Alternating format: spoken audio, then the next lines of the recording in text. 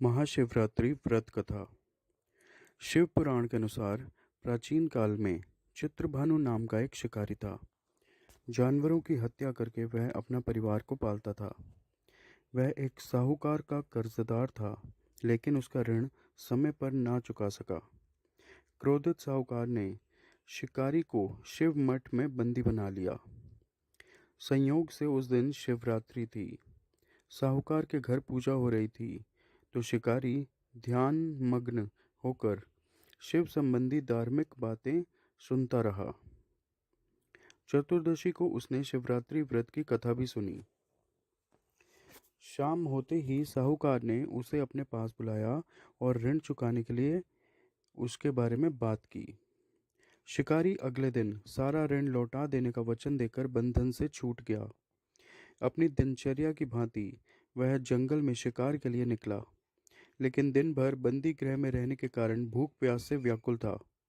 शिकार खोजता रहा। वह बहुत दूर निकल आया।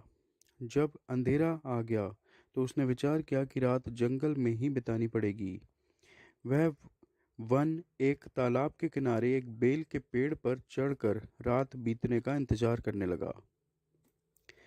बिल्व वृक्ष के नीचे शिवलिंग था, जो बिल्व पत्रों से ढका हुआ था। शिकारी को उसका पता ना चला।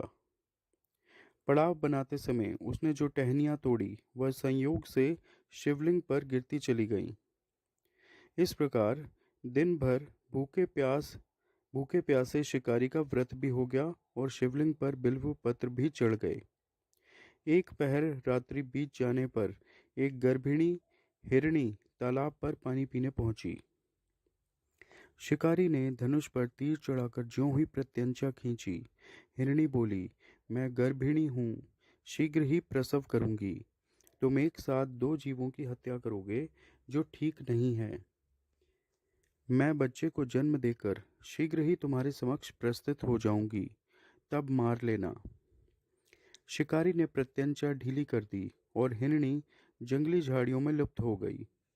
प्रत्यंचा चढ़ाने तथा ढीली करने के वक्त कुछ बिल्व पत्र अनायास ही टूटकर शिवलिंग पर गिर गए। इस प्रकार उससे अनजाने में ही प्रथम प्रहर का पूजन भी संपन्न हो गया।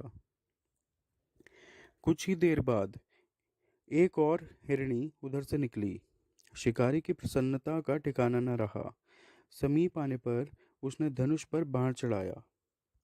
तब उसे देख हिरणी ने विनम्रता पूर्वक निवेदन किया, हे शिकारी, मैं थोड़ी देर पहले ऋतु से निवृत्त हुई हूँ, कामातुर विरहिणी हूँ, अपने प्रिय की खोज में भटक रही हूँ। मैं अपने पति से मिलकर शीघ्र ही तुम्हारे पास आ जाऊंगी। शिकारी ने उसे भी जाने दिया। दो बार शिकार को खोकर उसका माथा ठनका। वह चिंता में पड़ गया। रात्रि का आखिरी पहर बीत रहा था। इस बार भी धनुष से लगकर कुछ बेलपत्र शिवलिंग पर जा गिरे तथा दूसरे प्रहर की पूजन भी संपन्न हो गई। तभी एक अन्य हिरणी अपने बच्चों के साथ उधर से निकली। शिकारी के लिए यह स्वर्णिम अवसर था। उसने धनुष पर तीर चढ़ाने में देर नहीं लगाई। वह तीर छोड़ने ही वाला था कि हिरणी बोली, हे शिकारी, मैं इन बच्चों को इनके पिता के हवाले करके लौट आऊंगी। इस समय मुझे मत मारो।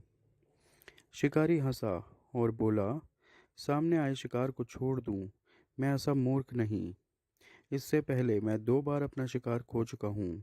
मेरे बच्चे भूखे प्यास से व्यग्र हो रहे होंगे।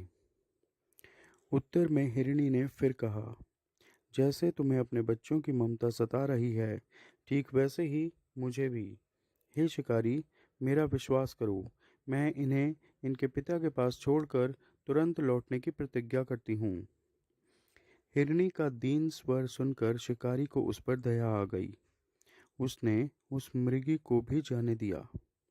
शिकार के अभाव में तथा भूख प्यास से व्याकुल शिकारी अनजाने में ही बेल वृक्ष पर बैठा बेलपत्र तोड़ तोड़कर नीचे फेंकता जा रहा था। पौ फटने को हुई तो एक हृष्ट पुष्ट मृग उसी रास्ते पर आया। शिकारी ने सोच लिया कि इसका शिकार वह अवश्य करेगा।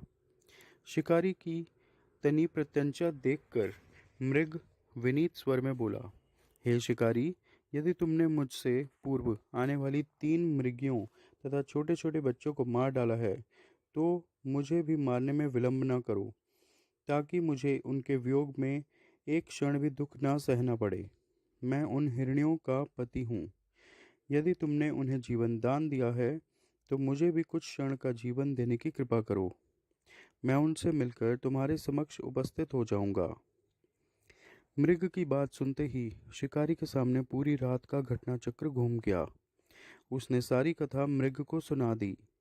तब मृग ने कहा, मेरी तीनों पत्नियां जिस प्रकार प्रतिज्ञाबद्ध होकर गई हैं, मेरी मृत्यु से अपने धर्म का पालन नहीं कर पाएंगी। अतः जैसे तुमने उन्हें विश्वास पात्र मानकर छोड़ा है, वैसे ही मुझे भी जाने दो। मैं उन सब के साथ तुम्हारे सामने शीघ्र ही उपस्थित होता हूँ। शिकारी ने उसे भी जाने दिया। इस प्रकार प्रातः हो गई। उपवास, रात्रि जागरण तथा शिवलिंग पर बेलपत्र चढ़ने से अनजाने में ही शिवरात्रि की पूजा पूर्ण हो गई। पर अनजाने में ही की हुई पूजन का परिणाम उसे तत्काल मिला। शिकारी का हिंसक हृदय निर्मल हो गया। उसमें भगवत शक्ति का वास हो गया। थोड़ी ही देर बाद वह मृग सपरिवार शिकारी के समक्ष उपस्थित हो गया, ताकि वह उनका शिकार कर सके।